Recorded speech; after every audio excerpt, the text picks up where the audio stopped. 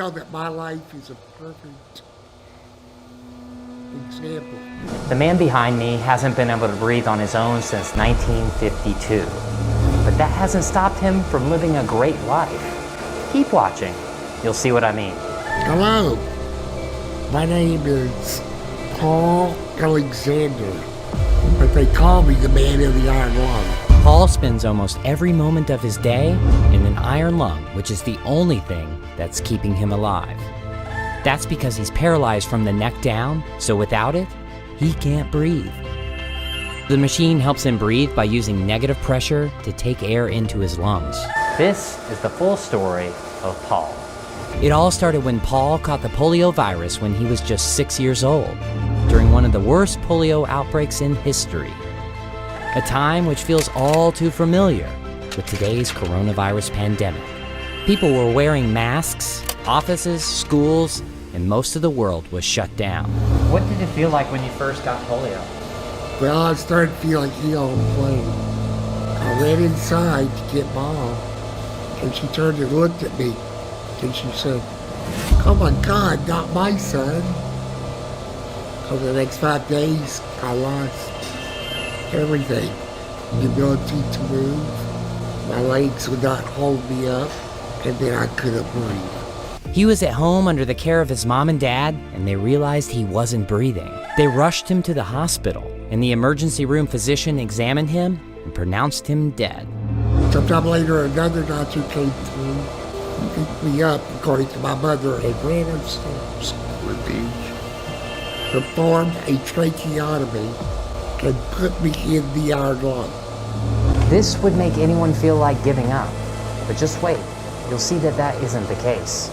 I didn't want to die, so I continued to fight. So Paul did everything he could to get better. He fought against polio every day. It was hard, painful, and tiring. But I never gave up, and I'm not going to. 18 months later, he left the hospital and came to his residence in Dallas, Texas, but his life was never going to be the same. He couldn't play sports, he couldn't go to church, and he couldn't hang out with his friends.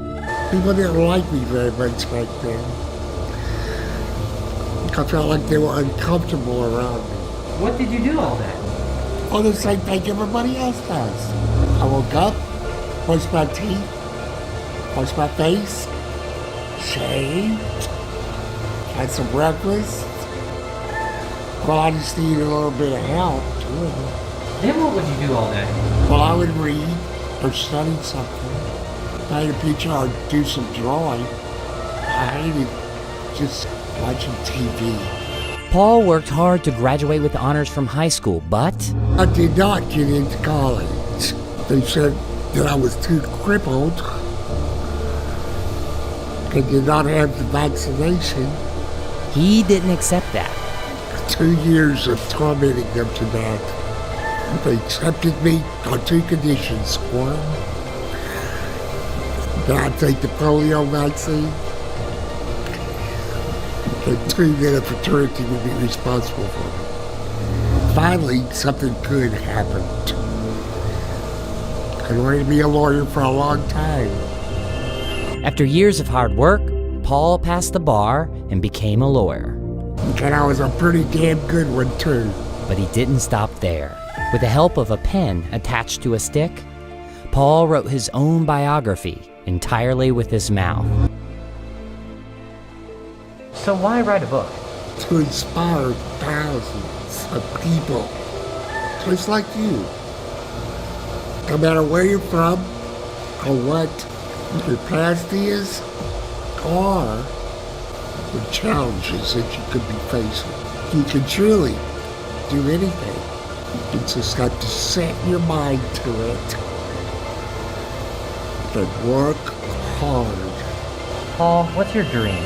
Do not let polio defeat me, but to defeat polio. Therefore, I wanted to accomplish the things I was told I couldn't accomplish, and to achieve the dreams I dreamed. Paul may have an iron lung, but he has a golden soul and a diamond heart. My story is an example of why your past or even disability does not have to define your future.